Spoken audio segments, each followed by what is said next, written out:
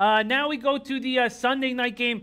I am extremely excited about this game because I just get so much joy out of fading the Cowboys. I'm on top of the world. I feel incredible. I'm doing it here with a giant smile on my face. I've talked a lot already on this show, on the Audible, about what a difficult position Prescott is in. I already see him as just a game manager now. He has less weapons. We talked about his O-line being worse. Safety blanket, tight end gone. Big body wide receiver gone. I do not trust their wide receiving core. I do not trust Beasley as the number one option. I'm not sure if Austin or Hearns can help. Losing Travis Frederick hurts. I just know how easy it is to defend this team now. You just stack 8 in the box. And when that happened, Zeke rushes for 15 times for 69 yards. Cowboys opened minus 3.5. Now there's minus 3s on the board. The total has gone from 43 to 42. The Cowboys destroyed the Giants last year, 49-13 in the 2 games, swept the series. Cowboys gave up 6 sacks, committed penalties, made mistakes. I just see this team as a very messy situation. And the Giants are healthy, have a lot of weapons. I've got them at +3, and I feel really good. Now, that doesn't always equate to victories, but I feel good about this situation. Why don't we start with you, Whale Capper? What are you thinking? Giants +3 is what I'm on. Well, can I ask you, Jimmy, why did you take +3 instead of the money line if you're feeling Giants? Just because I'm a giant pussy. That's why. That's why, Whale Capper. I'm a huge, giant pussy. I like to be in warm baths. I sud myself up. I'm just, I'm not much of a man. That's why. I feel you. Okay. If I was to take a side, I would be with you in the Giants. I would probably back them on the money line. I think that the line has value. Interesting that this is a -3 game in the Cowboys home opener, basically implying that on a neutral field, these teams are dead equal. I thought what we saw from the Giants last week against, again, an all-universe defense in the Jaguars, the fact that they managed points, you have to tip your hat to them.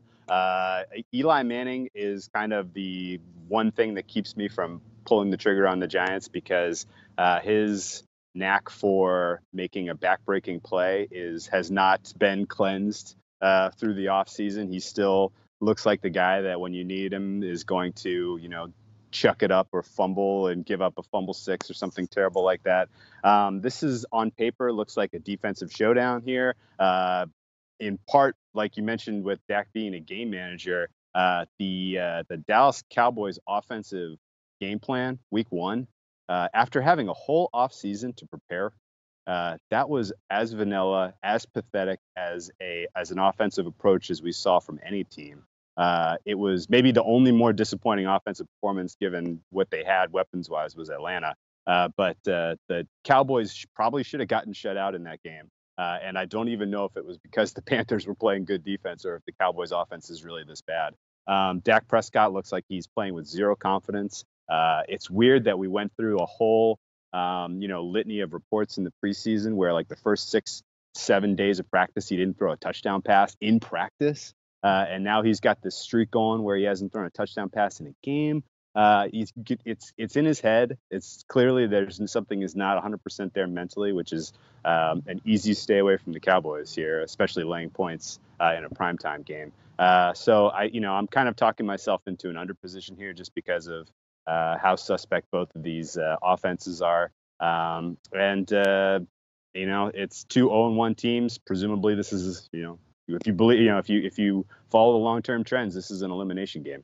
Being that it's a division game, it's got even that much more importance. So I'm probably going to end up playing the under on this one, even though it's a really low number.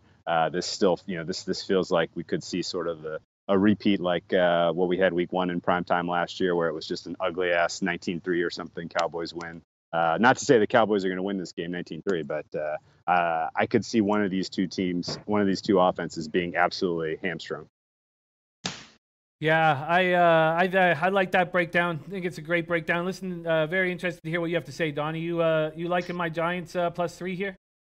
No, I think the Giants are nobody for me. I mean, I'm going to talk about it all season and all throughout the season. And as long as Jason Garrett's the head football coach, I just don't think the teams are going to be prepared to win. And you saw last week, Whale Capper, when you watched that football game, you're absolutely right. it was more of like, being an Eagles fan or an NFC East hater, you always want to see everybody lose, but you almost had to sort of like sit down and watch what the Cowboys were doing on offense. Completely inept out there, only 15 touches for their star running back. You had a quarterback that even when he got outside the pocket was really inaccurate delivering the football. There was no creativity to the offense. I mean, one reverse to Tavon Austin, which lost yardage. I don't even know what they were game planning for this actual football game, because you knew coming in, you didn't have to do that much on offense to hang around with the Carolina Panthers, but you had to at least move the football. The one thing I don't like about the Giants heading into this football game is I need Olivier Vernon back. I need that one stud pass rusher that can heat the pocket up at all times. But you had to like last week, if you were taking an overall look at what the Giants did until they killed themselves, which Drew was right again.